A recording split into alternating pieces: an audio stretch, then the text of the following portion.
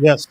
Welcome to another episode of the Inside Out Podcast. I'm your host, Linton Felix, joined by my co-host, Micah Almond. Say what's up, Micah.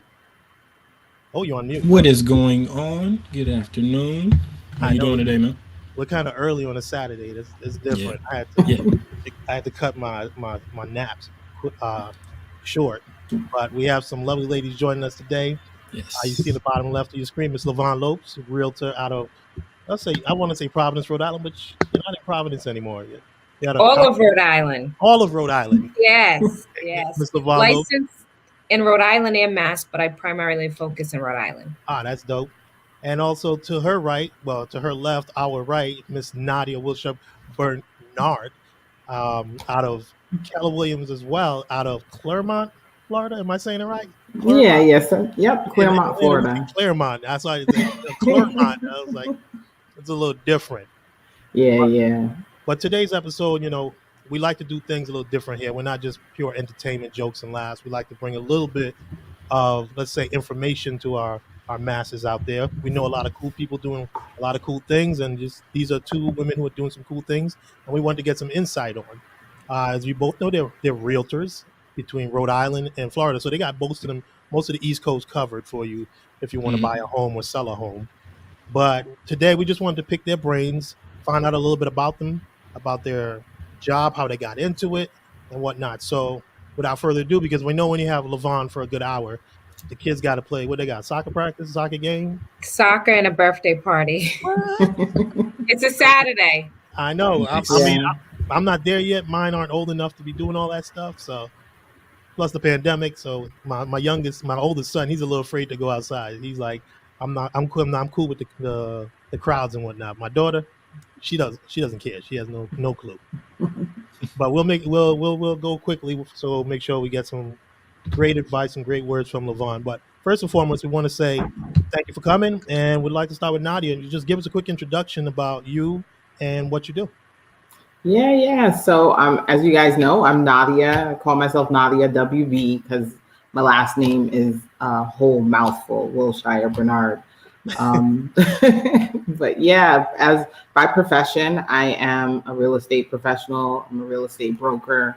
But I'm more than that. I'm a mom, I'm a wife, I'm a sister, I'm a friend, I'm a child of God. So that's just a bit about me. I wear many hats. I'm a heart health advocate as well. So, that's me. That's you. That's great to start off. And now you, LaVon, give us a little insight into yourself. Okay. My name is LaVon Lopes. I am a Rhode Island native, born and raised here. Went to undergraduate college here at Rhode Island College. Mm-hmm. Have a master's degree from Brandeis in Waltham, Massachusetts.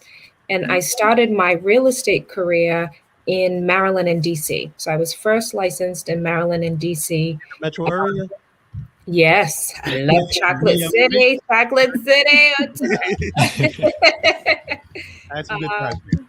So I've been licensed for a very long time. I want to say since 2003 is when I was first licensed in the DC area. And then I moved back home to Rhode Island in 2006. So I've been practicing real estate in Rhode Island and Mass since 2006. I am a wife to a wonderful husband, Donald, and 3 girls, Layla, Logan, and London. Wow. Wait, you say Layla what? Layla, Logan, and London. All L's. You like the L's too. Me, yeah. You like the L's. My mom did the same thing. Everybody got an L in their name. Yeah. Hilarious. But wanted to know, like Nadia, just like LaVon, she said she was in the Maryland, D.C. area, and she got into the real estate. The question for both of you ladies, but starting with Nadia, what drove you towards real estate as a profession? A lot of things drove me to real estate. I wouldn't say drive. I didn't want to say drive you. What led you to that? So I think what ultimately led me to real estate was just having the autonomy to write my own journey. And in real estate, I had the opportunity to do that. By nature, I'm a facilitator and a nurturer. And so this profession has given me the opportunity to exercise those skills naturally with my clients. So yeah, that's what brought me to real estate. Okay. What about you, LaVon? Initially, money brought me to real estate. So, because I have my degrees, I was in the field of child, youth, and family policy. Mm-hmm. So I was dual career for many, many years, where I was in policy in DC and helping homeless and families in need. And then also, when I came back here to Rhode Island, I worked for Rhode Island College for many years in education.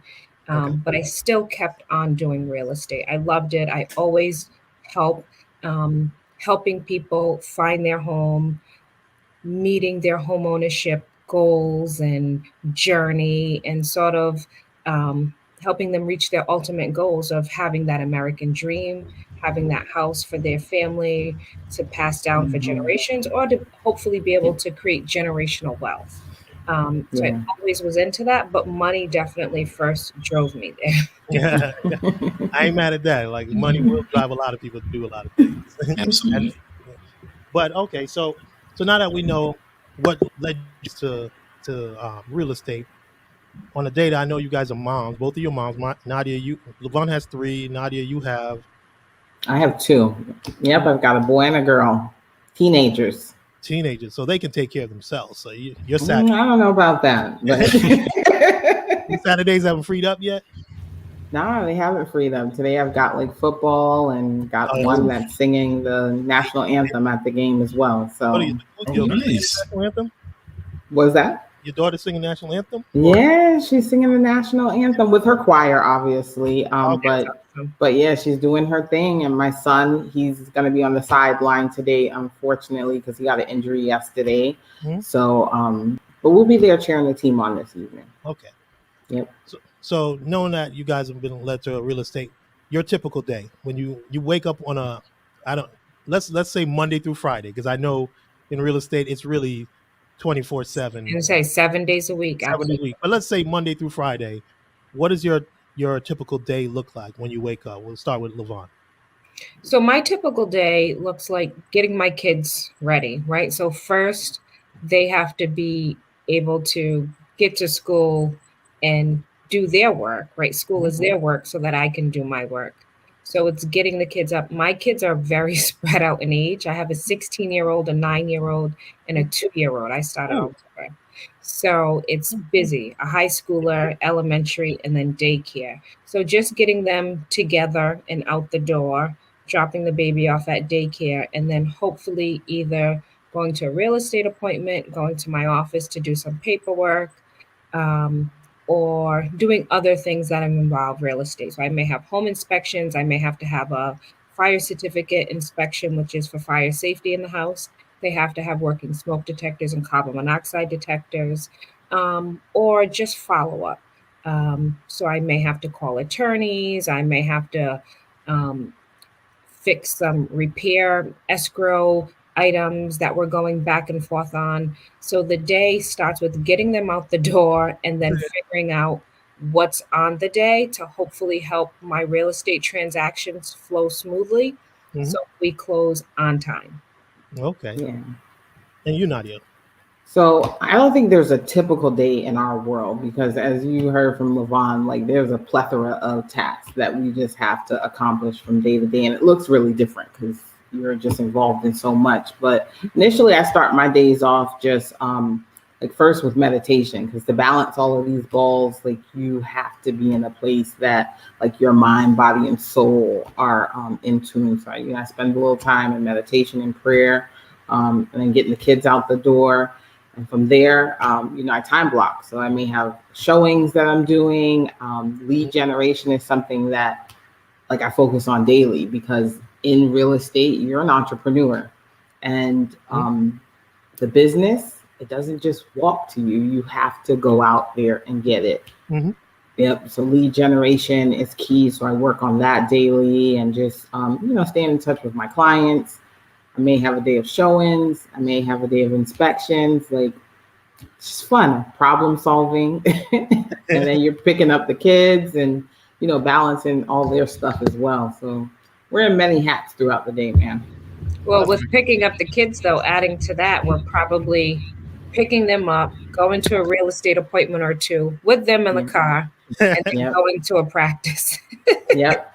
For sure. That is the norm. Many times in car line, I'm like on a phone call negotiating, and they're getting in the car, and I'm just like, shh, shh, mommy's on a call. Hey man, if they want them new Jordans, you better shut your mouth. For sure. Or that vacation. They know what the deal is now. Yep. Now, I had a question. Um, Initially, when you all started out, how was that learning curve? I can only imagine it was an adjustment. Yeah, it's a beast. Because much like Levon, I'm working with children, right? So I did mental health services for at-risk children under 12 years of age.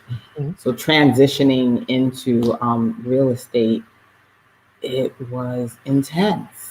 Nobody prepared me for it. I think you go to school and you learn all of this textbook stuff, but the actual world of real estate is very, very different. Because I would imagine it's not just codes and prices and everything. It's a lot of human interaction. Excuse me, and learning to deal with people. It's not just here's the house, square footage, square price per square footage, and all this stuff. It's really trying to get to know your clients. So it's not more. It's more than just numbers. For sure. 100%.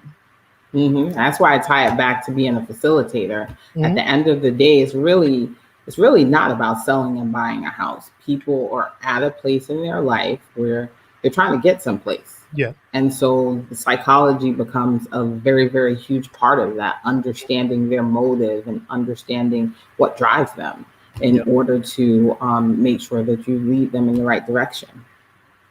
For me, I think that real estate is probably an 80 10-10. I think it's 80% Mhm. psychological, social work type Yeah. of what's happening in your life, possibly divorce, possibly young people graduating from college, or they've gotten their first job and now they want to purchase, um, or their family is expanding. So, really understanding all of those emotional elements and how fast they can go or not go, or a parent's getting older and they need to have an in law or something like that. Yeah. I think it's 10% financial, and then 10% like, let's just get it done. But the majority of it is the psychology of it and being a social worker through the whole transaction. Some of it is Yeah. and easy and simple, and some of it is a little bit more detailed oriented. Mhm. And with connecting to the social aspect, both of you guys having similar backgrounds, like Levon, social policy, and Nadia, you saying at-risk youths and whatnot. So you guys probably have a leg up on most who just came into it for the money, as you would say. So you have that empathy in the background where you're like, I'm not just trying to sell you a home. I'm trying to make sure you get what you need. But also, Correct. 'Cause you both utilize social media Yeah. as a way to advertise and whatnot. Is that something purposeful, or is that just something you didn't realize you were doing, or you had to do? You just felt like this was necessary to incorporate social media into your business. Social media is very important, and I'm not a big social media person, I but know. in trying to educate myself and sitting in classes and webinars or even listening to YouTube, we have to grow Yeah. with time and with technology. And even Mhm. though we did not, grow up with Oh, we did. Instagram or What we YouTube, have? We had Black Planet. with my Snapchat, like, we didn't have that, but I think it's I found my just Black Planet the other day. feeling uncomfortable Mhm. and jumping in it. And I still don't do a lot of it. Hopefully, I do just enough. But you have to use social media because at the end of the day, people want to see that you're busy, and people Mhm. want to see that you're successful, and people want to see that you're winning and you're helping other people win, because people want to be connected and affiliated with winners. And people who win, you win bids, you win houses, offers, you win new listings.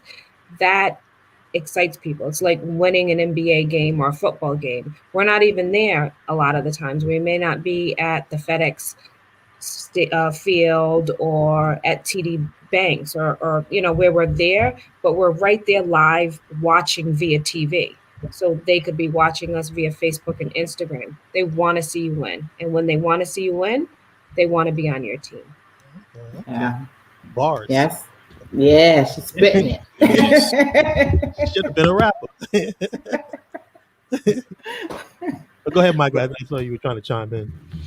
No, I was, well, to follow up. Speaking of football, I just had a question. Lynn's a Patriots fan. Are you as well? No, I'm Wait, forbidden wait, to be a what? What? Patriot. No, Oh Levon. wow. Yes, Levon, are you yes, serious? You're yes. what? Forbidden. That was my husband's one rule. Like he Is like he a hates Giants the fan? Patriots. Weirdly, he's not. He's a San Diego Charger fan. So all the way West Coast. All of his teams are West Coast. So LA Lakers. It was San Diego Chargers, but now they're the LA Chargers and the LA Dodgers. Wow, Hmm. that is a jump. That is a Yeah. that's interesting. But also, I know you guys were talking like Levon. You mentioned about seeing people win. I remember when I went through the house home buying process for the first time, it was at least overwhelming at times, and it was I was open to a new thing, looking at homes, types of homes, because all I would see was, oh, look at I can afford that, but then you have to look into what the home has to offer, and as far as growth, if you're going to have more kids and all that stuff. So part of the reasons why we did this show is because I've been through the process, and I know Micah's looking to do that in a few years, and I wanted to know from each of you. Let's jump into more of the informational part, like three things that a young or new home buyer who's thinking about buying a home, three things that they should be doing before they even approach a realtor or even get it into their head. Okay, now I'm ready to go look to purchase a home. Three things from each of you. Whoever wants to go first can start it off. Yeah, so I think that one of the first major things to do is budgeting Mm-hmm. ahead of time. You just preparing yourself as if you are paying a mortgage and identifying what you feel comfortable with financially and saving, and just creating healthy financial habits. That would be primary. Secondary, I think really digging deep to figure out what it is that you enjoy doing in life, because you spend a lot of time in your home. And so you want to make sure that you're identifying a space that reflects what you like to do. Mm-hmm. And then location, like understanding the different locations and what that brings to your life. Because do you want to commute an hour to work, or is it more important to you to be 20 minutes from work? So those are just things, top three things that I think you should identify. And you, Levon? For me, I think COVID put a lot of things in perspective Mm-hmm. for homeowners. A lot of people had to really digest their living situations and where they lived and who they lived with, and if that was okay for them and how that worked out.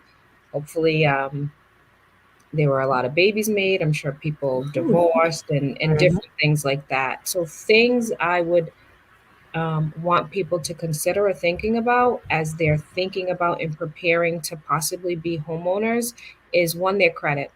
You're able to check your credit report for free every year on freeannualcreditreport.com. So don't wait for somebody else to do it or a loan officer to do it. Pull your own credit report every year for free, and you can see what's on there. If there's something that's not supposed to be on there, write a letter and dispute it. But your credit is your life. It's a reflection of you and who you are. So you should know about it and be mindful of it. So get a copy of your own credit report. The next thing I would suggest that you do is save money. So Okay. think about your down payment. There are programs out there and grants out there in particular cities and states that help people, first time home buyers, purchase. They will give you grant money. But in this competitive market, a lot of people want very clean deals. They don't want to see you using these grant programs. They don't want to see your offers coming in with concessions or asking for things. So try to always present yourself in the best possible light. And how you're able to present yourself on paper in the best possible light is for you to have your finances in order and to have money to pay for your own down payment and your own closing costs. So save. And if you're not able to save, look at your income and the money that you're bringing in and your expenses, what you're putting out. and try to figure out ways that you can cut back or reduce those costs so that money can go into a separate bank account, a different bank account that you don't go to often, and that money begins to add up. And before you know it, within a year or two, you'll probably have $5,000 to $10,000 in there. And then the third thing I would suggest that you do is to connect with a realtor. Realtors understand everybody has a different timeline. Some people's timeline may be immediately 1 month, they're relocating, they're getting a divorce. Other people's timelines may be 3 to 6 months or in a year. We will follow up with you. We will stay in touch with you and say, hey, Nadia, how's it going? How's that job going? Or how are your parents doing? Or, I know you said you wanted to move next summer, just saying hello, just touching bases with you. So connect with a realtor to begin to develop a relationship. And that realtor will hopefully be in touch with you. So when you're ready, they know what you want, they know what you're looking for, and they're able to help you find it. And to your benefit, they may have listings coming up or know people who have what you want. So they may know you want to be in a townhouse or a condo in Marietta, Georgia or somewhere, or downtown. So they're going to be like, hey, Levon, guess what? I have this new listing coming up. I have this condo coming up. I know you said you weren't going to be ready until August, but these people are going to be listing it or selling it in June. I suggest you, start to prepare or get ready or get your ducks lined up. So those are the three pieces of advice I would give. Thank you. Thanks. Yeah. From a 29-year-old like myself, thank you. I needed to hear that. And go to freecreditreport.com, freeannualcreditreport.com. Print it out for yourself every year. I print my husband's out. Yeah, I did that myself. I'm going through that process right now, which leads into my next thing for homeowners like myself who are, I'm a good half a decade in, whatnot. It was my first home, and we're looking at hypothetically, we're looking to upgrade the home. Yeah, and say we have some fixtures on the house, and the one thing as a homeowner, like I read books, I looked at YouTubes before we bought the house, and it was like they tell you can read all you want, but you're never prepared for when things happen. We moved in, and the first summer we moved in the winter of January 2016. By spring, it got hot in Georgia. And like we turn on the AC. Next thing you know, AC isn't working. I was told it was brand new, but something happened and out of pocket had to come out about $800. Had to change a chimney cap, another $900. Cut trees, all that stuff. So things start to happen. So for a homeowner who's been there and said, okay, now I need to upgrade the house, any advice on ways we can go about? Like as opposed to, okay, I've got to come up with $30,000 to change windows. Any advice for current homeowners and ways they can go about with home maintenance? Well, we'll start Nadia. So home maintenance, that's like huge because buying a home is one of the largest investments that you will ever make in your life. And so you have to protect that investment. Yep. That means maintaining those shrubberies around the home so that you don't get termites, because in the South, that's very, very huge for us. I think you have to. Mm-hmm. And I think that's tying it back into what I've initially said. Like you want to model the behavior of home ownership before home ownership, right? So if you've taken that step as a first-time home buyer, as you become a homeowner, this is a behavior because you have created an emergency fund for those items that arise that we didn't anticipate. The AC that's not covered under warranty, the fridge that just goes out. It was a brand new fridge, but like things happen. You know what I mean? The flood that you were running the tub because you got a jacuzzi tub in your new house, and then guess what? You just left it on, right? Uh-huh. So I think just developing that that attitude of creating like a fund to take care of those things in the home is essential.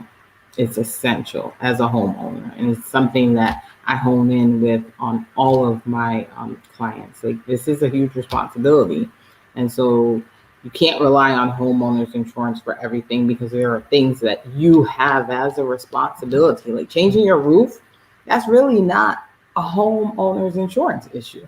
Yeah, a lot of people have that misconception, especially here in the South, where we've been hit with a lot of hurricanes in the past. They're like, oh, the hurricane will come in and I'll just get a new roof. But guess what that does, right? That then drives up the home insurance rates. Yeah. You know, so like it's there if there is an emergency, but like technically you're responsible for changing your roof. You should know that within how many ever years you may need to have $13,000-$14,000 put down to change over that roof. How about you, LeVar?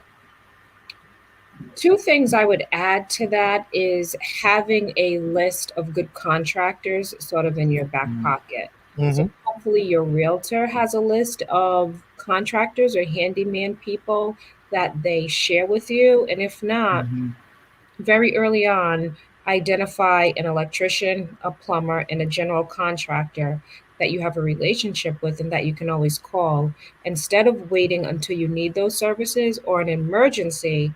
And then now you're sort of calling any and everybody. And now you're sort of at their mercy to fix your problem at top dollar. And to what Nadia said, there's just general maintenance in a house. So, for example, cleaning your gutters versus waiting until they're full of debris and they separate from the house and they fall off. So, just being mindful of things that need to be maintained and cleaned or your boiler to be serviced every year versus waiting until there's an emergency. The second thing, I don't really know if they have that I would assume they do because these warranties are pretty nationwide, but I would strongly recommend people to get a home warranty. Some home warranty programs are better than others. They cover more things than others, and they have less red tape than others. One that I like in particular is American Home Shield or 2-10 Home Shield, AHS.com.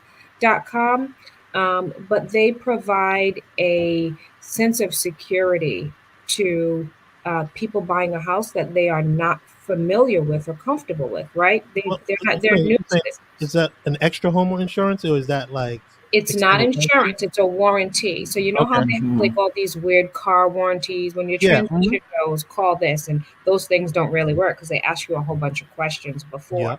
But these home warranties are a little bit more flexible, definitely American Home Shield. So you don't know if you buy a house in the winter if the AC is going to work in the summer. You may not know if your heat system works. I mean, they should try it if you buy a house in the summer and now you're in the winter and they haven't had it serviced. So a home warranty is sort of an added benefit.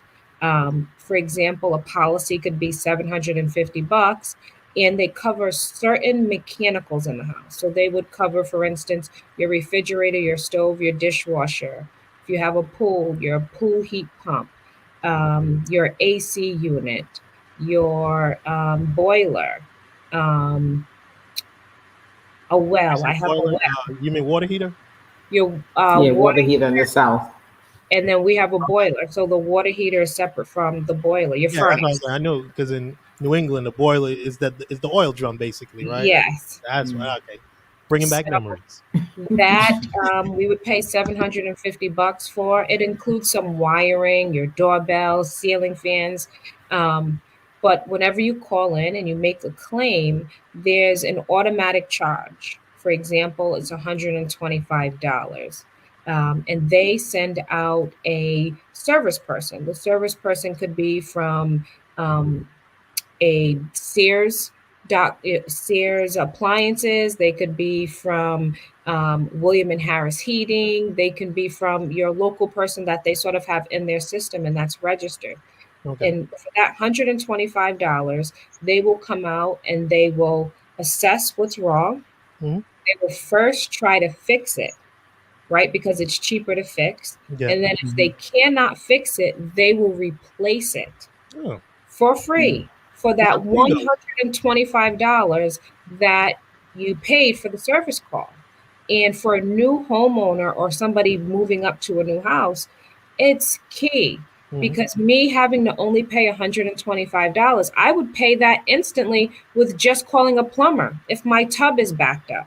Okay. Right? Just that initial service call for them to come out and assess the problem is probably $150 to $200. Yeah. Never mind the parts and the labor for them to now fix it. So that $125 covers all of that. It's game. It's them coming out, it's them assessing it, it's them ordering the parts and fixing it. And then if they can't fix it, they replace it for nothing, just for that initial $125. So So imagine walking into a house that you don't know, you're not familiar with, you're not comfortable with, and things start happening. That's a value add insurance that makes us all feel well. When if my furnace or boiler goes out, I don't have to pay $5,000 for a new boiler. I can only pay that $125 and I'm good. And I've had buyers recently, these last few months, have to call and make several claims because you don't know what you're getting until you live there. yeah, Yeah. You and some of the home warranties will actually give you as a new owner the option to change the locks on the home when you move in. And that's a huge savings because after you've spent so much money on your down payment and closing costs and yeah. home inspections and appraisal fees, that any savings you could get is a great thing. So yeah, that's a great point, Levon. And question: so does that only apply to new construction homes or just new purchase homes? Or what if New I'm purchase. It currently in a doesn't matter home? if it's new construction or it's a pre-existing home. It just has to be a new purchase. New And purchase. new construction homes have issues too. Just because it's new, Yeah. they do things very fast. They cut Mhm. corners. New construction homes, they Yeah. forget to connect vents and all kinds of stuff. Yeah, So they have people like just me as that many buy a home problems. years later, I'm dealing But with. that's why home inspection is so important too, Mhm. you know, and as a responsible buyer, like you attend those things. So when you purchase a home as a realtor, I always trigger my clients like, look, you are investing in a home. The home inspection is happening, be present because that's where you're going to learn about your home. And you can't find out everything, but the main components of the home you will be able to, get some information on. Yeah, inspections are key because I remember when I was purchasing 5, 6 years ago, saw a home, price was wonderful for Georgia, and Mm-hmm. I was like, it's a beautiful home. But as we're doing the walkthrough, I thought my equilibrium was off. I was like, maybe things just seem a little crooked, but maybe it's just me and the way the windows look outside with the sky. So I had my inspector come in, and I'm like, dude, are you feeling something weird? He said, I think this house is crooked. I was like, what do you mean crooked? He was like, it's not level. And he took a pencil and we were in the hallway and he just let it roll and it rolled all the way down. He was like, yeah, don't buy this house. Mm-hmm. And I was like, I thought I was crazy. I was like, I'm walking through the house and I'm feeling like I'm going to fall. And everybody was like, no, you're fine. But home inspections were key. It saved me a lot of trouble if I purchased that home. Yeah. Price was too good to be true. Now that we've gone over some things, keys for new homeowners, for current homeowners, I wanted to know your take because you guys mentioned, Levon, you said in the three things is to find an agent. So your advice to someone like Micah who may not be able to use you or Nadia's services because he's out of state, what should he be looking for in a realtor to help him achieve his goals, or any new home buyer or first And time I buyer? am taking notes. Good. So a few things is one, just because myself and Nadia are not licensed in your state, we have friends who are realtors in every state. So we would love to make a referral and a connection for you, Linton, for you, Micah, and helping you find a new house or upgrading to a house, especially in Georgia and Florida. I know a lot of realtors who are there. So we try to sort of hopefully share and network with each other.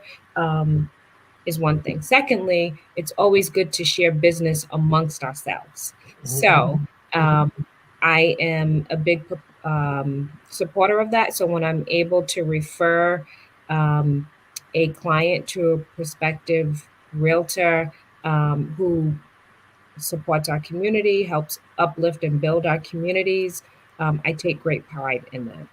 Now, things that you should consider or think about when you are looking for a realtor is one, are they busy? Right? Again, that social proof, social media. You want to see that people are busy. They're they understand sort of what's happening out there. They know how to win an offer, how to try to put a strategic offer together to hopefully help you win. The market right now is extremely competitive, so you're not going to win your first offer, and that's okay. But hopefully, it shouldn't take you 10 or 20 offers in for you to win your offer on your house. And that is really based on a realtor's experience and relationships. So if they have relationships out there amongst their fellow, right, their local realtors and community, it's really all about relationship building. Hey, Nadia, I have this buyer. They really love this house. I'm going to send you an offer. And then just sort of chatting it up and learning a little bit more about one, Nadia, who she likes to work with, how she works, and two, that seller. What is that seller's ultimate goal? Are they looking for a fast close? Are they building something new and they can't close until 90 days later? Would they like to close and get their money and then do a rent back so that they could then look for something and purchase something later? So those are a few things that I would think about if I'm looking to find a realtor. Other things are ask around, ask your friends, ask who did you use as a realtor? How was their communication? How was their response time? Did they make you feel like you were important? Did they respond to your emails or your text messages in a timely fashion? Did they connect you with other resources, contractors, lenders, different things like that? All of those things are important to me, and they really show who that person is as a whole. For me and my clients, I'm not just their realtor, right?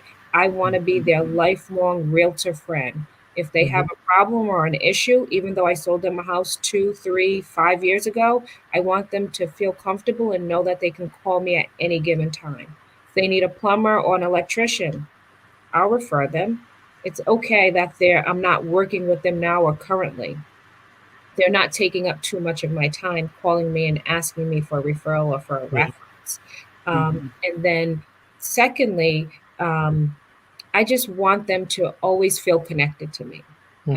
And I want them to know that even though that transaction has happened or passed, or that I got paid on that transaction, I can help them with anything. That's what's important for me. Okay. Go ahead, Nadia. Yeah, and Micah, I would say that one of the largest components when you are shopping around for a realtor is going to be that you feel that you can trust them. Because this is a situation that will make you feel extremely vulnerable, especially like if you don't know anything about the home buying process, it can be intimidating. And so having that relationship where you feel that you can trust someone is very, very important. The next component would be understanding like what you expect out of the transaction and how you want to be treated. Because how could you shop around for somebody if you don't know what you expect or how you want to be treated? Lastly, I think a representative or a real estate professional that has market knowledge, right? And that has a proven track record of actual transactions being closed. Because in the state of Florida, we have a ton of licensed real estate professionals, right? But not everybody is practicing all the time. And so if you are going to be tied into contracts, you're going to be tied into negotiation, you're going to be tied into a position where you have money on the line, then you need to have a real estate professional that's there, knows what they're doing. And the way that they know what they're doing is through experience of transactions, because no transaction is the same. And every single transaction that I conduct, I learn and experience something beyond my wildest imagination that I can just add to my toolkit and I can reference back to if confronted with again, to know how to resolve that. Okay. Yep. That's great. And now I know we got LaVon for probably another maybe 10 minutes before she has to go be super mom.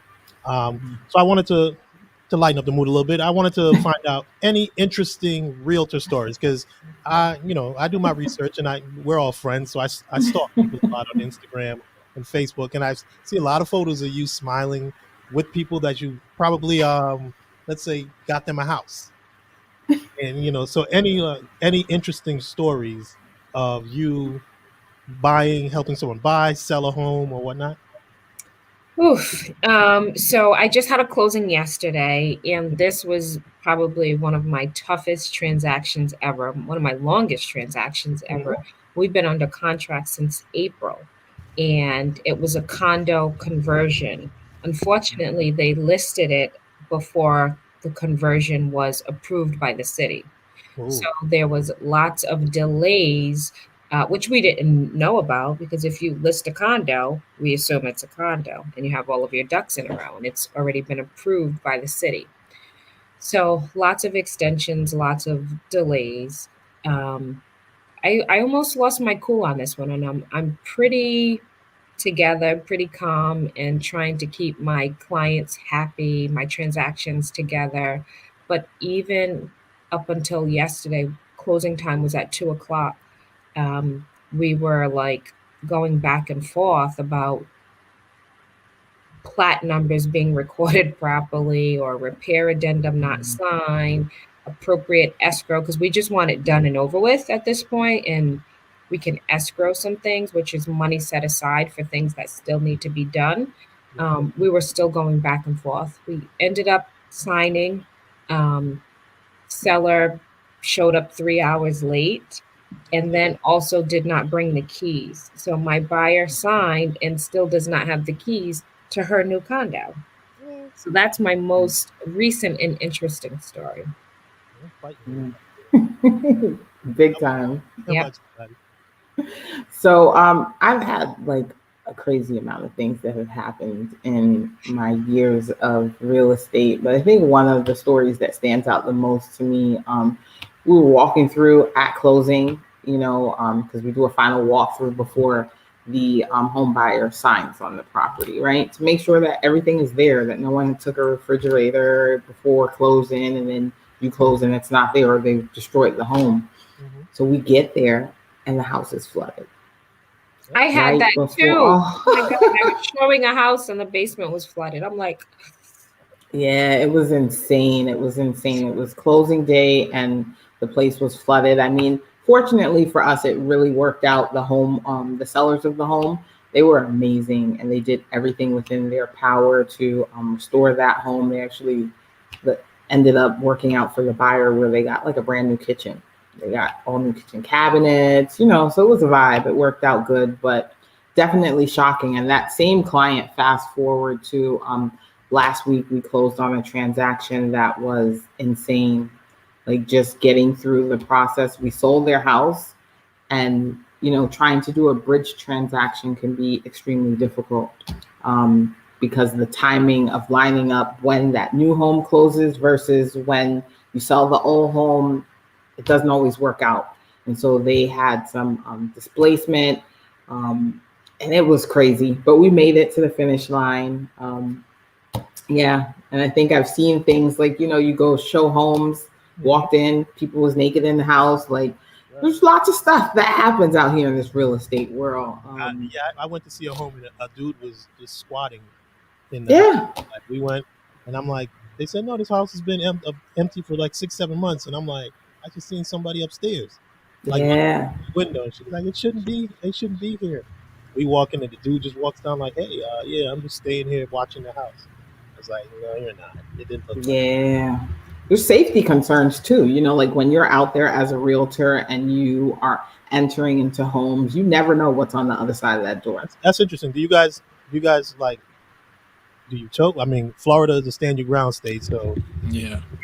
Yes. I don't carry. I don't have a license to carry. I do have mace that my husband demands purchased. Yeah, but I don't. It sits right in my car. But I should have it in my pocketbook or in my back pocket. Leave in the car, and he's going to be really, really mad. He's gonna I'd be like, "What the hell do you have the mace for?" Like it's sitting in the car in my glove compartment. Like I did that with my wife. I'd be like, I made sure she had one for the car, and I bought one for her purse, and I'm like, any other purse, I'll put one in.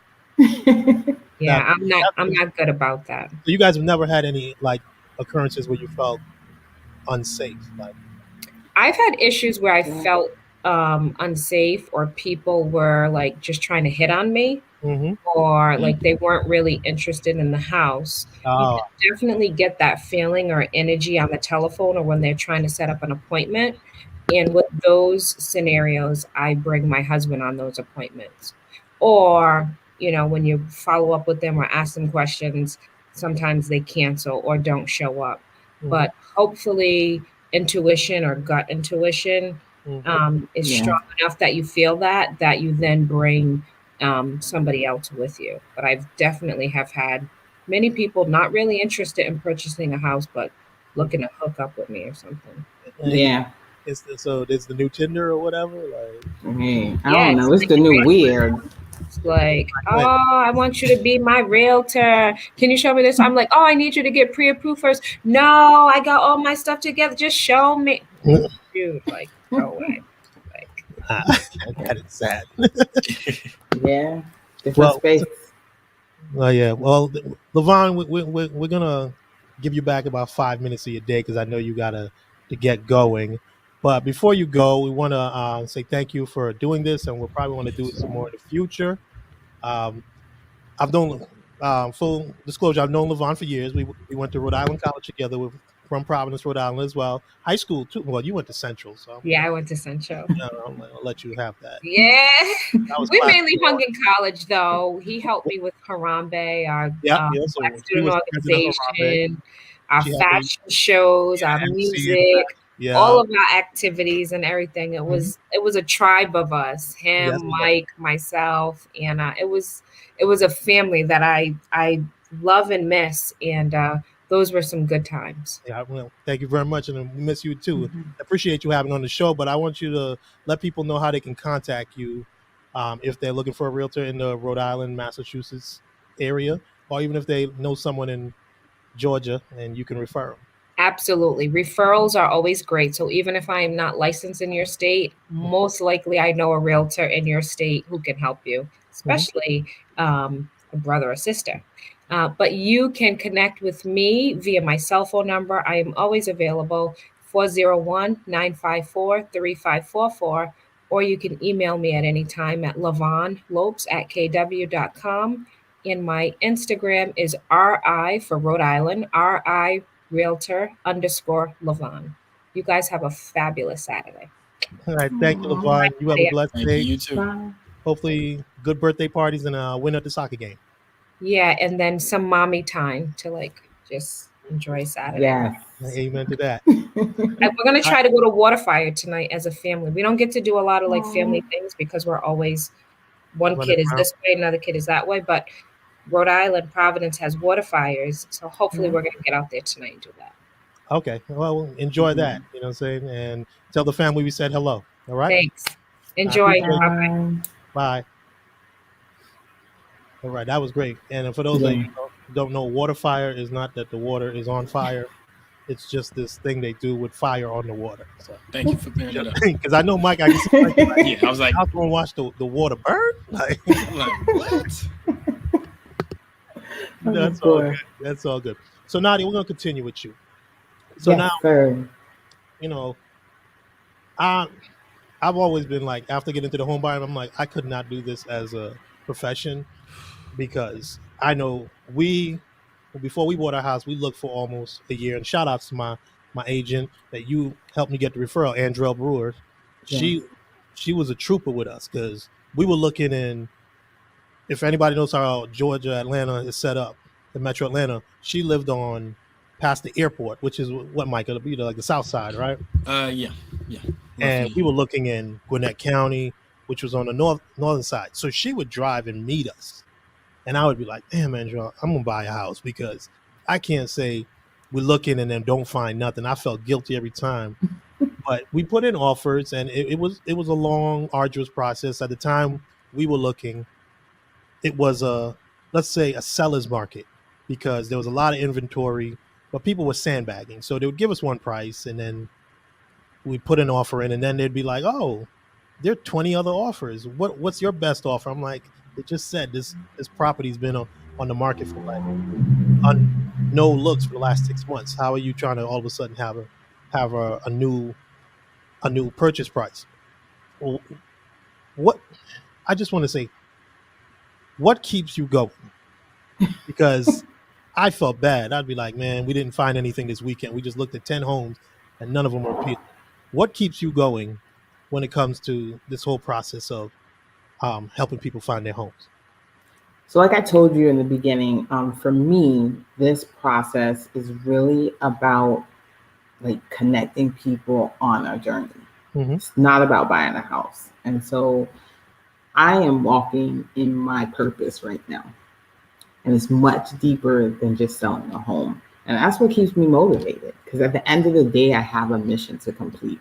And I'm not going to stop until we complete it. That's it. You know, like it can be frustrating, it can be difficult. And many times my clients want to give up. But like I just have to push them. Like, look, this is what you need to accomplish, and we're going to do it. If we got to kiss 100 frogs before we get there, we will. Obviously, that's not the goal. We're not trying to kiss 100 frogs, because if I'm doing my job right, then I'm able to extract from you the information that's going to help to lead us in the right direction. And we'll find a house, and we'll find it expeditiously. That's good. That's good. You want to jump in there, Michael? Yeah, I was gonna say it seems like there's a lot of myths that go along with buying a home, and I think misinformation kind of steers people away from the process. And like you said earlier, it is intimidating. Do you agree with that? Because I think if we were just more informed, more people would be homeowners. You know. Yes, I strongly agree with that. And one of my rules when I have my consultations with my clients is like, hey, this right here is a personal decision, right? Everyone that's going to be involved in this decision, I need to meet with them. And then once we meet together and we gridlock on a plan, don't talk to anybody else. Because you're going to have a cousin that's a realtor. You will have a friend over here that watches HGTV, and they're like, oh, girl, don't do this. No, there's no time for that. So once all decision makers are on board and we've gone through our discussions of what it's going to take to get you to that next step, don't talk to anybody. You are not allowed, because you need to be skilled and trained and have real-time access to the data to be able to guide someone on purchasing a home. That's it, point blank. Like, and I'm a straight shooter, so it doesn't work for everyone, but like that's my plan. Like, don't talk to anybody. That's a good plan. I mean, you don't want any outside forces changing people's mindset. You guys have a plan, should stick to it. Correct. It seems like one of those decisions no one can make it but you. Correct. Because there's an emotional thing that happens when you walk into the home that's yours. Like, you know that you know that you know. And I think last week you guys were talking about energy and so forth, right? So get somebody listening. So like your energy knows where it's home. And when it's like the Roomba, you know how the Roomba just returns back to home and it knows where to park? When you go into your home, you will know that it's your home. And there could be 50 offers. There could be 60 offers on that home. If it's for you, it'll be for you. And you need the guidance of someone that is attuned with that to help you get to that place. That's dope. That's real dope. But now, next thing I want to find out, just for my own knowledge, how many showings a week do you have? Like, I've always wanted. Yes. It depends. It depends on my workload, like depending on how many clients I've taken on that week. So I told you that one of the main components of my business model is lead generation, right? And so, for example, right now I'm working with about 8 people. Okay. Wow. And yesterday I showed about 7 homes yesterday. And that was in different places. So, you know, like in Atlanta, how you have Gwinnett and you have Stockbridge. I was all over the city yesterday, showing homes and taking my child to urgent care. Wow. Like, it happens. It's what you do. Tomorrow, I'll be at about 4 appointments tomorrow. I've shown as many as 20 homes in a day. Wow. And so some agents, in order to manage that workload, they'll hire a showing assistant to be able to show those homes. For me personally, where I'm at right now, I like to be present because I need to see what you're experiencing when you walk into that home so that we can have real dialogue about it. Okay. Will that model always work for me? Maybe not, because I plan on being like even more successful in the industry. So And we I hope that may have. you have 5 showing assistants. Yes, yes. Speaking of assistants, sis. No, I'm just kidding. I got Okay, you. but we've talked about the showings, we've talked about stories and whatnot. On a serious tip, like with the pandemic, starting up in, we'll say, was it 2019? I mean, it's all a blur for me right now. Roughly. 2020. Yeah. 2020, the top of 2020. Yeah. How has it been for you as a realtor? Because I know with businesses shutting down as far as restaurants and things, and the face to face, and the mandates of masks, has business slowed down also because of the pandemic, people getting laid off?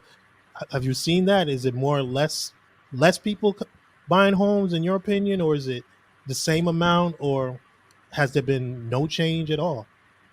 So for me, I think it's all about perspective, right? You can ask 5 realtors and they'll tell you it's really, really bad right now. They're not getting any business. Mm-hmm. You can ask another 5 realtors and they're going to tell you that it's absolutely amazing and they've made the most money of their lifetime in this pandemic. Mm-hmm. So I think it's about the approach that you took as a real estate professional when the pandemic hit and how you adjusted. If we look at it from a number standpoint, here in Florida, we are selling a lot of homes. Yep. We have a little bit of inventory, so it can be deceiving because it looks to a buyer like, oh my gosh, there's no homes. But there are homes. Yeah. They're just not staying on the market for more than a couple days. And so if you put yourself in position to align with what that flow is, that flow of what's happening, then this can be a very lucrative time in real estate. We've also had a large influx in the state of Florida of people that have gotten their real estate license because on their departure from these jobs, they're looking for a sense of independence and they're thinking, oh, let me get some quick money. Yeah. So we have a lot of realtors now, and it's trying to, I think consumers have a lot of pickings to go through to identify who they want to work with. But yeah, it's a good market right now. It's a great market. Interest rates are low. If you are a seller, like you're going to sell your home and get top dollar in Florida. If you're a buyer, you get great interest rates. Prices are a tad bit higher, but good interest rates. That balances things out. And that's something I wanted to touch on. As far as someone selling their home in this market, my wife and I, we've looked around. We're contemplating. We have a plan for the next 5 years. We might want to move because this is our first home, and we never considered it our forever home. It could be if the circumstances, but we always saw it as, okay, this is our first home. We've never done it before. We might get in it and then realize, okay, this home isn't really for us, and now we know what we want.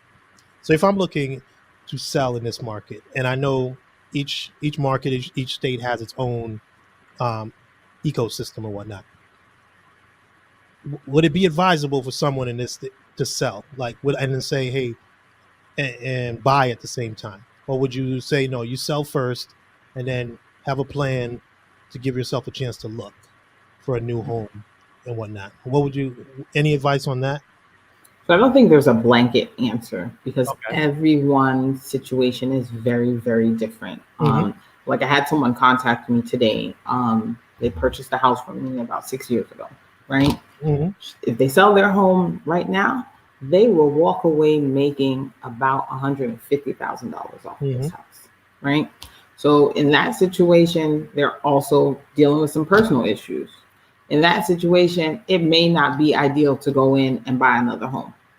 But is it possible to sell and purchase another home? It's very possible. I think that the expectations just need to be in place, that it may not be that you move from one door to the next door. There's going to be a gap period. Okay. And some explanation into, for some of us, understanding equity in your home. So say you have a home and the values go up, what contributes to equity in a home? And So, how can it be properly used? yeah, that's a great question. Mhm. And so, equity comes from values of homes increasing, right? From Okay. the time that you financed your home. So, say for example, you purchase a home at 200,000, and Mhm. now homes in the area are selling for 300,000, right? We're just using raw cut numbers. Then you essentially have $100,000 of equity in your home or more because you've placed a down payment when you purchase. So even though you bought it for 200,000, it may actually be less that you owe on the house, right? Yep. But just say that you owe 200,000, you've got $100,000 equity. If you sell your home, there's going to be fees that are associated with that. So you've got to calculate that. So say you walk away with about $75,000 in your pocket. How to use that? Mhm. That just depends on where you're at. Are you a person that wants to purchase another home? Do you want to invest in real estate? Do you Mhm. want to just sell everything you have and travel the world? Because I've seen people do that too, where they're like, Nadia, you know what? Like, travel is cheap right now. This world is crazy. I don't know how long I'm going to live. I just want to sell everything and travel the entire world. Wow. Wow. So it depends on what you're looking to achieve, and that's where an assessment comes in the beginning, and then from there we try to facilitate your goals, whatever that may be. You want to open a marijuana dispensary, like, hey, take it and invest it over there.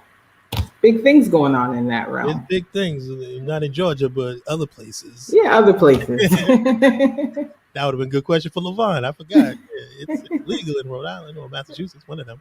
Yep. But also, and you mentioned it in one of your answers there, investment properties. Mm-hmm. Like that's the new hotness right now. Everybody's like investment, and I myself have been thinking about it for years, beyond the recent. Your advice on, let's say, me and Micah say, hey, we're gonna buy properties and we want to turn them to Airbnbs, or we're gonna get some properties and they're just gonna be rentals, Section 8, blah blah blah. What would be some do's and don'ts you would say to people if they're getting into investment properties?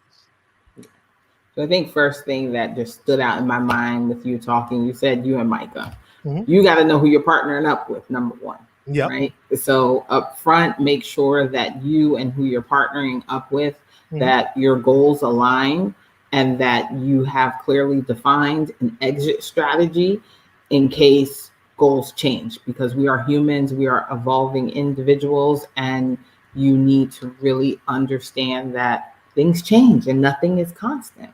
So understand your partner, define the exit strategy, right? Mm-hmm. You then will need to identify your investment style and your risk tolerance, right? What do you mean by That's a that? big one. Yeah, risk tolerance. Yeah. Yep. So your investment style would be, are you looking to buy, like, invest money and over time see the return on your money, or are you looking for instant Okay, that's instant return, right? And not only that, but like your risk tolerance. Are you an individual that is willing to take high risk for high returns, mm-hmm. or you want to take low risk for, just gradual returns, Yeah. right? And so I think those come from conversations with a team of people. Like, you should have, your accountant, a financial advisor guiding you if you don't have the fullness of the knowledge in that. Plus a realtor to explain to you market conditions and what is realistic in this time and day. What else should you do? Then you need to really understand, like, how much money you want to put into the game. Okay. That's very, very important. So, Understanding how much money you so if have. I'm looking to go invest a property and I have no clue, I'm telling you right now, I have no clue. So I'm just Mhm. asking, if I want to get into investment property, and I come to you, Nadia, and say, hey, I'm looking to buy properties to invest in, either to rent, to flip, whatever. Mhm. What are you going to tell me? Like, before we go any further, you need to have X, Y, and Z. 1, 2, 3, 4, 5, whatever. Right. So you would need to have a financial plan, Mm-hmm. because sometimes people think like, hey, Nadia, I got a bag. I got $10,000. it's really not a bag to invest in real estate. $10,000. I It's mean, not bad. there It's a little bit. there are some programs that are pitched out there, such as like wholesaling and different Yeah. things like that say, hey, there's a low investment cost. I just say that you have to fully explore those things and have an understanding. It's not to say it doesn't work, but you need to understand if that type of investing aligns with what your moral compass is, your financial goals are, Mhm. right? And that's key to all of it. If you come to me, then we explore those things. And if I don't, because my licensure is in real estate, I'm Mhm. very cautious about how I advise. Like I know enough to do damage for myself, but I'm Mhm. very cautious on how I advise. So I align you with the right financial people to guide you on those things, because it also, they need to explore like your credit history if you're doing this, your business credit history. There are things that they need to assess to see if you need to borrow money, or if you're doing a hard money loan, if you Mhm. qualify for that. And so I just connect you with those people to get that going. Okay. That is dope because I'm thinking about doing that, and I've got a little bag, and Yeah, no, I'm just kidding. it's okay.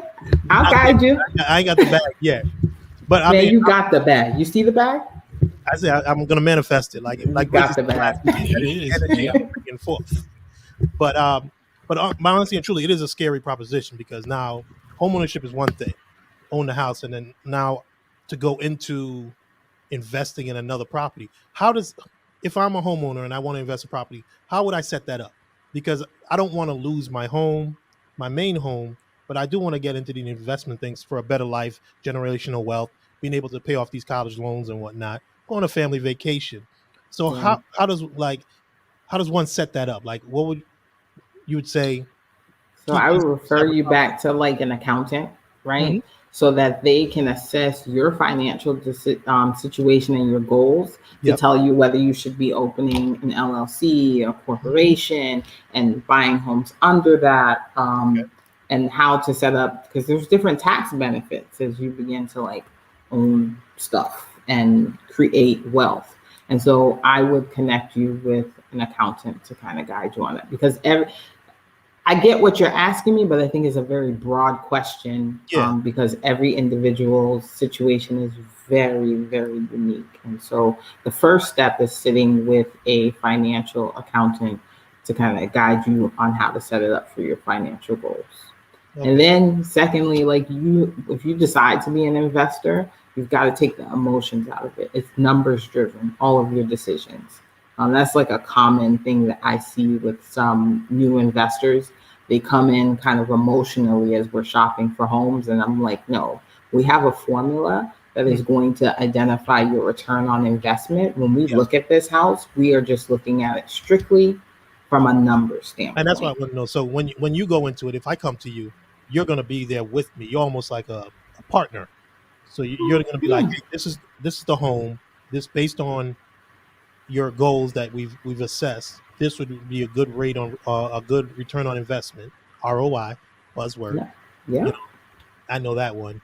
So so it's basically like, so if I come to you and I say, hey Nadia, I got about $50,000. I want to invest in some smaller properties or whatnot. What would you say to me? You'd be like, go see an accountant to get your to make sure your money will be spent correctly. But Correct. what what is there anything available to me, or is that how I come in? I got some money, I want to invest.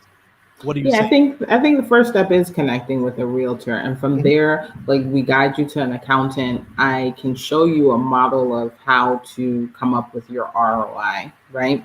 But Mhm. I leave that to you because I want you to be able to identify what it is that you think is an acceptable return on your investment. Mhm. And from there, every home that we, once I know what you want, every home that I direct you to, you're just plugging numbers and saying, okay, does this make sense? So I pull that raw data for you. If Mhm. it's currently leased, I'm giving you what is the monthly lease. I'm finding out if I can from the landlords if the tenant has ever been late on rent, because that's one of the things that you want to assess if you're taking over an ongoing leased out place, Yep. right? You want to know, am I buying something that I'm going to have to chase down monthly payments on? Mm-hmm.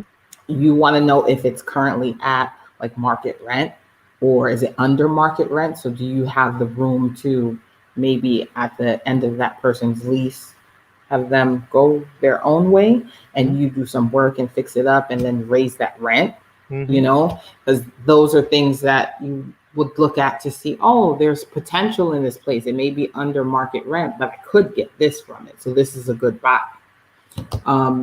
There's just, yeah, that's it. You look at like the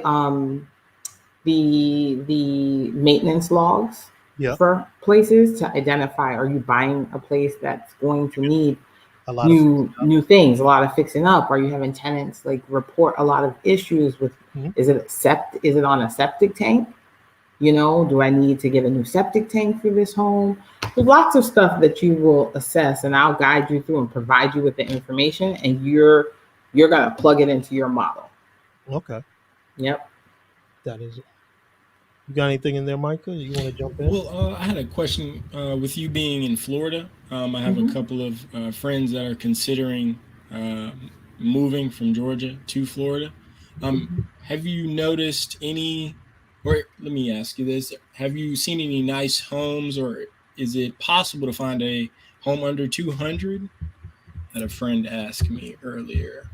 Yeah, so, and I service primarily like the Central Florida, and that's from Central Florida area, and that's like from Daytona all the way across to Tampa, that whole corridor there. And I'm not saying that it's completely impossible, but it's hard. It's hard. Yeah. Like it's a struggle. And if it is, then you probably need to be walking in with cash to purchase that house, not financing it, because the condition of it and the competing offers that will be coming in towards a property of that price point will most likely be cash. And when you say cash, someone's coming in and say, okay, I got 150,000, 180,000. Wow. Yeah. And it exists. There's a lot of money out there. My bag ain't that. I've seen people walk in with $1 million cash and buy a house. So like, it's real. Wow. I got a coin purse compared to that. Yeah. It's okay, but just see the bag. Visualize the bag. I'm gonna visualize the but on another note, I know you've mentioned it that you're a health advocate, and I have inside knowledge, but I just want to see if you're comfortable, because you talked about your schedule and you talked about family life, work life, 20 showings in a day, all these multiple clients all over the city. And you had a situation where now you're an advocate for heart health. I wanted to give you a moment to kind of explain and let people know your situation and what you've changed in your life and how this occurrence has changed your life and your outlook on life. Yeah, for sure. So I didn't manage my life well as a realtor. Like, I was working very, very, very, very hard. I've been doing this for about 7 years. And so I think work-life balance at some point did become a challenge for me. And I had a heart attack at 30. I think I was 38 years old. I'm 40 now, so it was 2 years ago. And it was insane, absolutely insane. I remember when I heard, I was like, yeah. I called you up, like, because I found out afterwards, and I was like, what? And you were like, no, I'm good now. Yep. Continue. I think I let the bag out probably like a year after it happened, because it took that long for me just to reconcile what I had experienced and the magnitude of what I had experienced. And so that experience definitely gave me a different perspective on life, because this is a disease that kills 1 in 3 women every single day. Like, it's a lot. It's a lot. And so with that, I have made lots of changes in my life now. I eat better. I exercise. I'm a little chubby from COVID right now. We I all can't are. blame That's COVID, why I'm but wearing like, this sweater. That's why I'm wearing this sweater. but you know, I've been eating a little, you know, just extra stuff. So I You put still on a gotta few enjoy life. pounds. You still gotta enjoy life. You still gotta enjoy life, True but I roots, definitely buddy. made some changes, and exercise is definitely a huge part of my life now. My kids and my husband and my brother and my mom, they're all a lot more cognizant of the choices that we make to make life better for ourselves, and just, you know, really grab a hold of the fact that health is wealth. Mm-hmm. There is nothing that can save your life. There's no money, there's no house, there's no car, there's no career that can jump in and save your life when you are confronted with life and death. So I am at a space right now where I just try to seize life, you know, Mm-hmm. and try to educate other people about heart disease and how it's important to manage what we eat and exercise, and you And know, it's in the space. yeah. You became a spokesperson. I was like, my cuz, you know what I'm saying? After she told me about the situation about a year later, I was flabbergasted, and it put a scare in me too, because I was the same way, like just going, and I had issue with my thyroid. That was my issue. Like I was just tired all the time, working 2, 3 jobs, new first child, you know, 2, 3 jobs. Second child had to get in there, but I found out that my thyroid was underactive, and next thing you know, went in to see my doctor. I was like, dude, I can't sleep. He tested me, and they said, hey, you got to take these pills right away, because if you go any further, you could slip into, what do you say, some kind of either renal failure or a diabetic coma, Mm, because I was just yeah. going and not stopping. And thank God that everything worked out with you and everything was safe. And I saw you became a superstar. You became a spokesperson for Orlando Health. And this is one of the buses I just wanted to show off and be like, she was on the bus. And then I remember there was a billboard. I couldn't find a billboard, so I couldn't put that up there. But Yeah, yeah, go we've ahead. done a lot of advertising Yeah, you had for commercials Orlando and Health. everything. Yeah, we've got a commercial, just, Uh-huh. you know, advertising this amazing team that has done so much to give me just another chance at life. I'm Amen telling to you, that. like, Yeah, yeah. Mm-hmm. it's just insane. And I think that, you know, like when you're in your 20s, you're just having fun, you're living. Yeah. Early 30s, you're still kicking, you know, you got a little Because bop you in still think in you. your 30s, you think you're still 20. For You know what real. I'm saying? And you continue. And then when you get to your 40s, like me, and you're like, oh my goodness. And the health discussion becomes important. You Mm-hmm. know what I mean? Where I think that the generation before us, they didn't talk a lot about like Yep. health. Mhm. We just saw stuff happening. You're like, oh, that's old people. That's old people. And Yep. yep, and this is just creating a sense of awareness that we can teach our children, we can teach each other. Yep. And I think sickness had like a lot of stigmas in the past, because before I became open about what I experienced, I had a long talk with my family. It was like, hey, you know, the hospital has reached out to me and they've asked me to, you know, do XYZ. But before I make this decision to share my story publicly, I need to make sure you guys are okay with it, Yep. because I'm a very private person by nature. You see me all over social media, Mm-hmm. but at my That's core, business. That's business. I'm very, very private, Mm-hmm. extremely private. And Mm-hmm. so my son, I love his heart. He was like, Mom, do it. He's like, if you touch just one life, then what you experience Amen to is that. God's will, you Yeah. know? And I Mhm. was like, you sure? You know, my people are gonna know what happened to Mommy. He was like, do it, Mom, do it. And my toughest sell was my mom, because you think I'm private. Like, she's Yeah, Auntie. a million times more private. And the fact She's that I'm mentioning her now, like, she'd be like, oh, of course, Nobby. she's like the CIA over there. She's the CIA. There's no secrets coming out. Fort Knox. Uh-huh. But she supported me, and she was like, hey, Mhm. whatever you do, it's your life. You know, you can speak to it. I'm so glad I did, because I've been able to help so many people as they walk through these situations of health scares, which is so eminent in today's world that we're in. And it's happening younger and younger. Yeah, it is. It is. Yeah. Mm-hmm. I've had a few partners in their late 30s, and we've lost a few to that.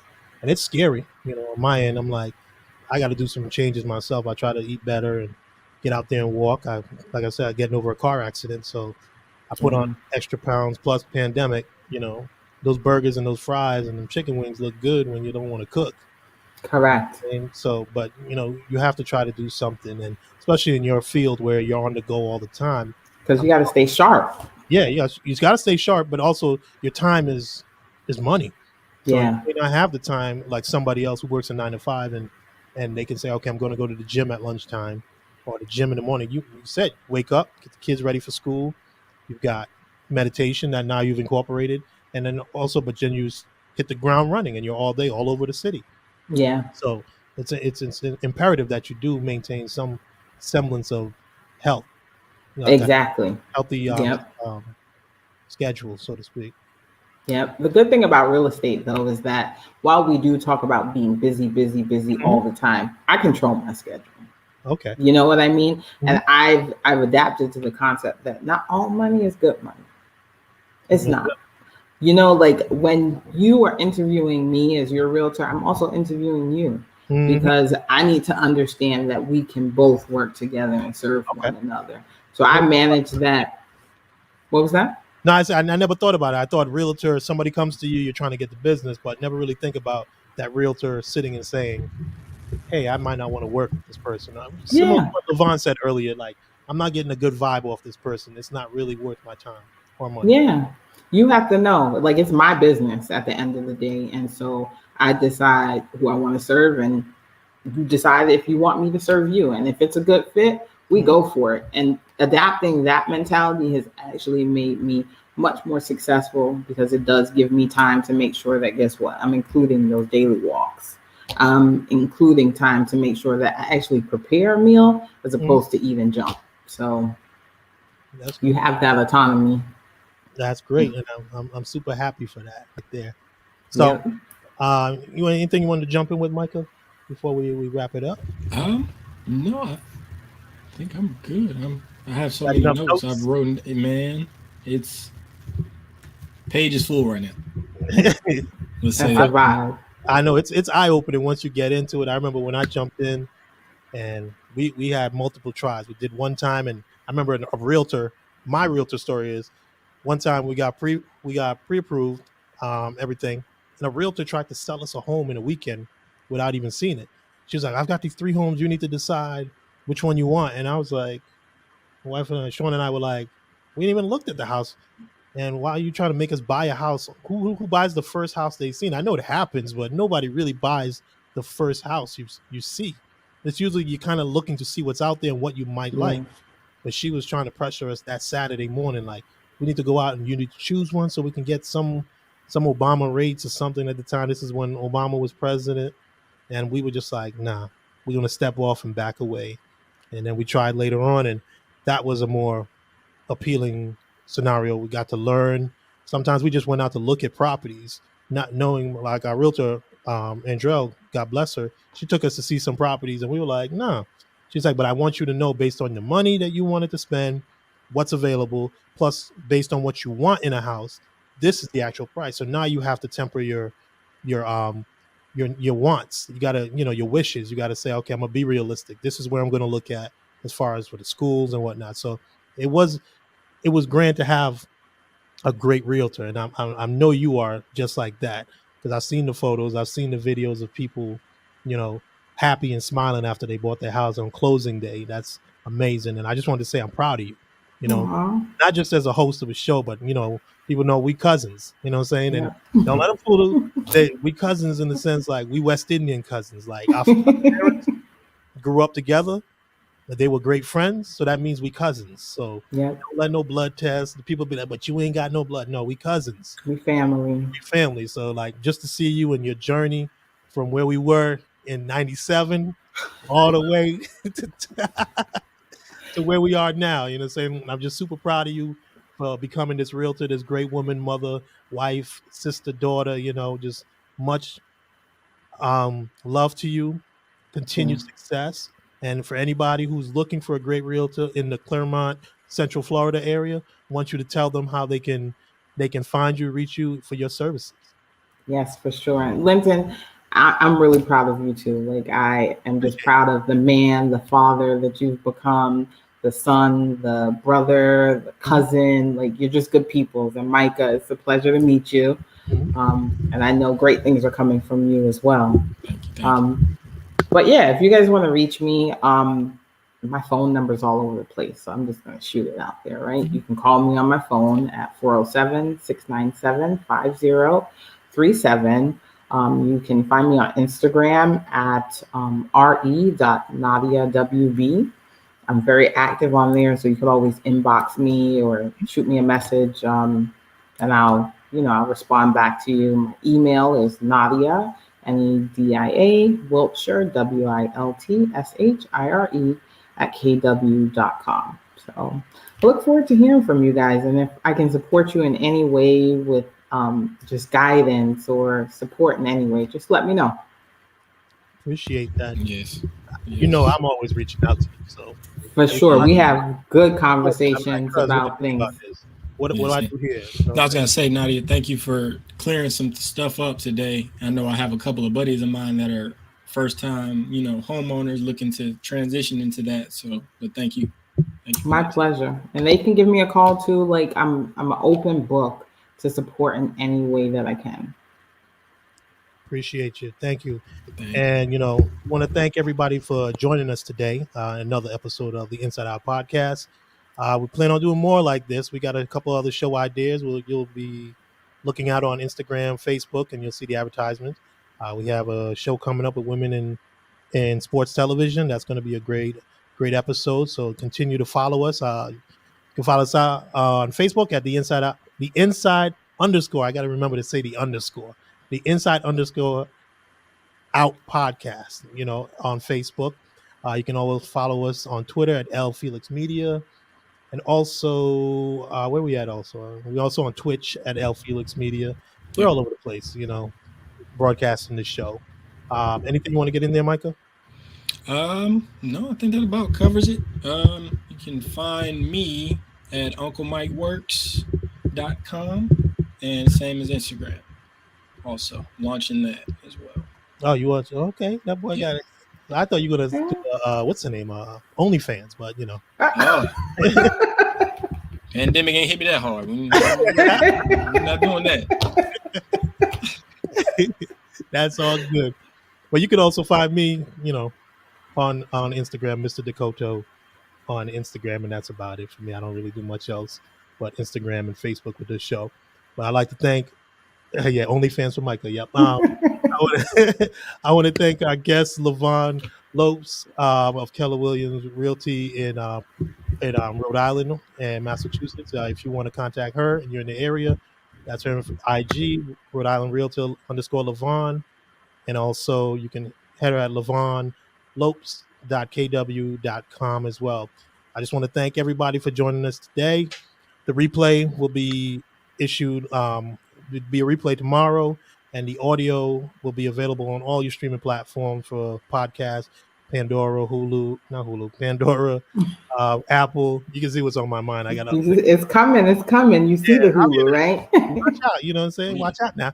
But all your major podcast platforms will be available Monday for the audio version of this. I want to thank Nadia, cuz appreciate you for letting us pick your brain for today and get some nice information out there. Shout outs to D as well. Yep. Great show. Very informative. Yeah. We're trying to do big things over here, Micah. You know what I'm saying? Yeah. It's not just going to be all OnlyFans. Yeah. Not yet. Anyway. Not ever. Let's not go there, okay? Offer, girl. I got something to offer out here. No, please don't hurt him. But I'd like to thank everybody for joining us today, and you'll catch us next Saturday at our normal time, which is 6 p.m. We just accommodated Nadia and Levon because they're busy women, as you can see. So thank you and everyone for tuning in. Make sure to check us out, Instagram, Facebook, Twitter as well. And we'll see you next time. All right. Thank you.